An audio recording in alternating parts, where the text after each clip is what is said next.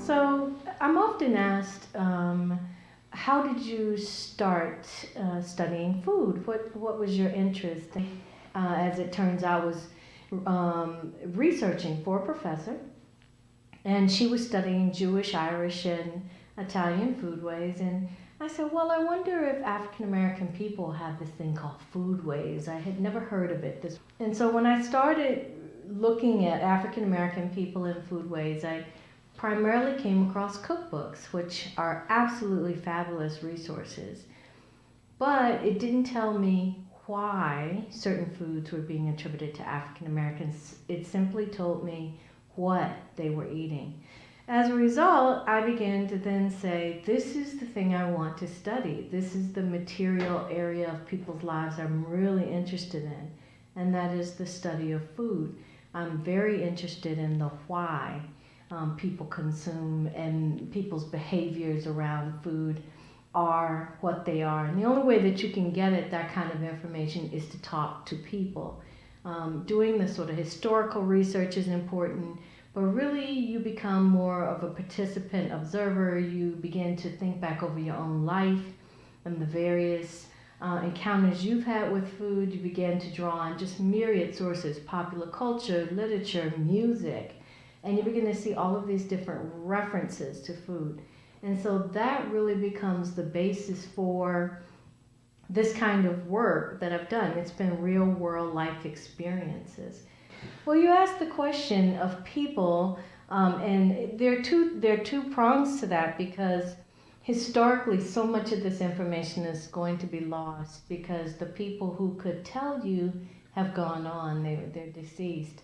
But taking the folks that you have now, and particularly in African American culture, which is so very much an oral culture, it's extremely important that we gather these oral histories.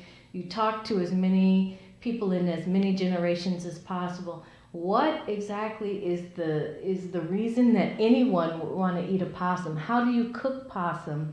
And why would it be favored in the New England area as a delicacy from the South? Those are the kinds of questions that you begin to ask. Some of them you can draw from historical sources, some you can draw from literature, but by and large, I tend to conduct interviews with a vast array of people in all walks of life. Sometimes it's by survey. I send out a survey. Nowadays you can do that pretty easily, but also it may be going in to talk to church populations or conducting a focus group with another group of people I happen to simply come across. So there are systematized methods for this. It's not willy-nilly. I have to get permission and so forth. But I'm just suggesting that there are very few spaces that should be closed off to us as sources of information. In these interviews, well, one of the things that comes out that I think we often do not consider when we're talking about food are the subtle power differences. And I'm very, very interested in how power operates in and through the muted nature of objects. An object in and of itself obviously doesn't speak for the most part, but there are ways that you can take particular objects, in my case food, and you can read sort of power dynamics that take place in them. Just recently, I was sharing with some people at this conference about a blog I wrote about a month ago at the request of an organization, and I was explaining about an experience I had multiple decades ago where I had been invited to someone's house for dinner, and when I got there, the only thing that they served was vegetarian food.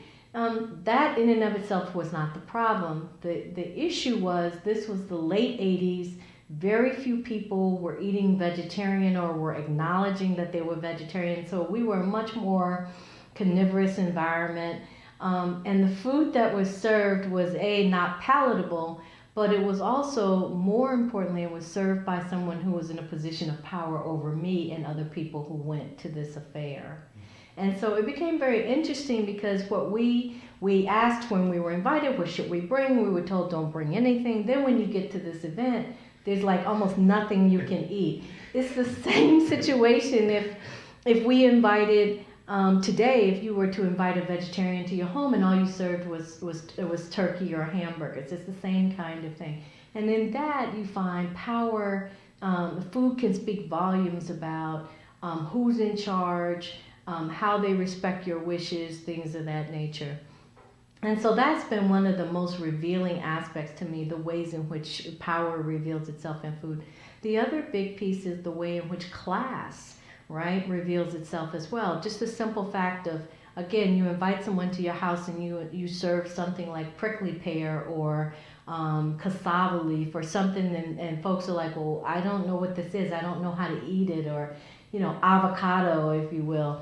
And those kinds of things can serve to alienate people, but they can also suggest different class status and markers. Yeah. Then, and it does now, and if I can speak for a moment, just contemporarily, I mean, Oprah, the old magazine, becomes the prescription for what to say, to do, to wear. And if not Oprah, then you have, of course, Martha Stewart's magazine, right, which a lot of people swear by for events and for bridal showers and things of this nature. That becomes the sort of place to go. Historically, there were actual etiquette books and manuals that told African Americans, particularly those who were migrating from the north to from the south to the north and to the west, what to do, to say, and to wear. And it was a huge reformer movement that said, if you're coming from the south to the north, you don't speak like this, you don't eat these kinds of foods. So it's the same kind of prescriptive behavior. Like you said, at the women's club, tea sandwiches were just fine, but if you dared to put, maybe a tea sandwich with some spread that was foreign to people, now you've pushed that boundary a bit too far. There's a great film that was written and produced by Spike Lee, and it involved Whoopi Goldberg and her counterpart. I forget his name right now, but in the movie, she is getting ready to host such a women's club, and this is in the 70s, and she and her husband are African American in a predominantly white area. And so she was like, what am I supposed to serve? I don't know what. And so all her friends tell her, oh, they love mayonnaise sandwiches. And so she goes to the store and she buys all this Wonder Bread and puts just gugabs of mayonnaise on it and a little bit of lettuce, and she serves it. And the sandwiches are, of course, eaten up. And so that's sort of like falling within this particular dictum that says these tea sandwiches are what are appropriate for your guests at this time and in this place. I just recently, in fact, my grandparents are from or lived in Minneapolis for the last maybe 2 decades of their lives. They both just passed away within 6 months of one another this past year. And I was thinking back to just some of the fabulous things that my grandmother used to make, rum balls and these magnificent rolls that were so mouth-watering that we would actually say, can you send them to us in the mail? And she did. And at the point in which those things ceased was right around the time when she began to enter her own mental decline, as you said. And so in that way, food becomes a real marker of memory, and so it marks a period of happiness, but also certainly a period of sadness, because that transition starts to take place and it gets marked on the food. It gets marked on the food. Another thing that's really interesting about that, I had a colleague who has written about her great aunt who hosted a similar kind of women's affair, and all of the women who attended used to be former domestics. And so when she went with her aunt to one of these affairs, it was very well, the table was very ornately laid out, there was a tea set, there were all kinds of implements. And her aunt ended up apologizing to the rest of her friends because her great niece did not know how to use the implements, because she had never done day's work. She had never worked as a domestic in anyone's house, so she didn't know all the different implements, whereas they did, because of course they were used to setting the table for the people whom they worked for. That's just a fabulous story to me. That and the scholar Elizabeth Clark Lewis writes about it just sort of as a poignant example of the importance of what people learned when they did domestic work in African American history. There's a short story that this is exactly what I mean by there are times in your life you've read things and you had no idea of its relevance. And then many, many years later, when you do want to refer to that piece of material, what have you, you can't find it. There are two such pieces of work in my life that I will probably take to my grave trying to find. That's the long way of getting to answer your question, but there's this fabulous short story about a woman who goes, she's American, African American, she goes to, I think, one of the Caribbean islands with her fiance. And while she's there, she meets the fiance's family and, she's getting acquainted. And at one point she goes to the sink and there's this muskrat in the sink and it's been recently killed. And she, of course, freaks out because, she's not used to seeing a rat, this giant rat in the sink. And so then later on, what happens is the mother prepares this as part of the meal. And come to find out, this is part of the national dish of this particular culture. And so they're sitting at the table, and this will go back to my point about power. And she basically does not want to eat this food because, of course, she's seen it now in its pre-prepared stage and now it's after stage. And she's very reluctant. And so her fiance says, I can't believe that you're going to reject my mother and her traditions by not trying this food. So this woman sits here in this dilemma, and then finally she forces herself to eat a forkful, and her eyes start filling with tears, right? Because she doesn't want to swallow it. The mother kindly reaches over with a napkin and says, spit it out. And she does, and the mother says to her something to the effect, you need to start out the way you're going to hold out. Don't let him, browbeat you into trying things that you don't want to try. So there's power, again, as I was mentioning earlier, working on all kinds of levels there. It's not so much that she wasn't daring, but should he have asked her to try this food, he made it seem as if she didn't, then she would shame his mother. The mother, on the other hand, is saying, you're a silly girl. Why would you take such, risk and do something you don't want to do? So in that situation, what is the win-win? There's the familiar scene in Annie Hall where I forget the primary character, but they go to a deli and I think she orders corned beef with mayonnaise, and immediately Woody Allen knows that she's not familiar with the proper way to eat a corned beef sandwich, because no one asks for mayonnaise. It's got to be mustard and pickle and so forth. So there are all these kinds of subtle markers that will tell you a lot about a person, both the person who's making the request and the person who's trying to live up to the expectations. I've seen it in my own experience, but more recently, a couple of years ago, I had some friends over for dinner, for Easter dinner, and I served Brussels sprouts, and I served them with, a nice reduction sauce that had a nice balance to the bitterness of Brussels sprouts. But there was a guy who came to our dinner, and he absolutely refused to try them. He said it was something I was forced to eat as a child, and I said I would never, ever eat another Brussels sprout. We couldn't try it. He's like, they look great. He's like, they have bacon, turkey bacon. He was like, all the things I might want, but it's just, I can't get past the memory of being forced to eat that food, right? And along those same lines, I know the big thing right now is eat oatmeal, it's good for your health. My father absolutely refuses to eat oatmeal. He's like, I grew up on it, it was always lumpy, it was nasty, it was slimy, I didn't like it then, I will never eat oatmeal. No matter that you may say, well, they now have it in individual packets, you put water in it, it'll be just fine. There's some things you can't get past, and so there's a real work of memory in there, being familiar or being connected to hard times or being connected to not liking the food or whatever the case may be.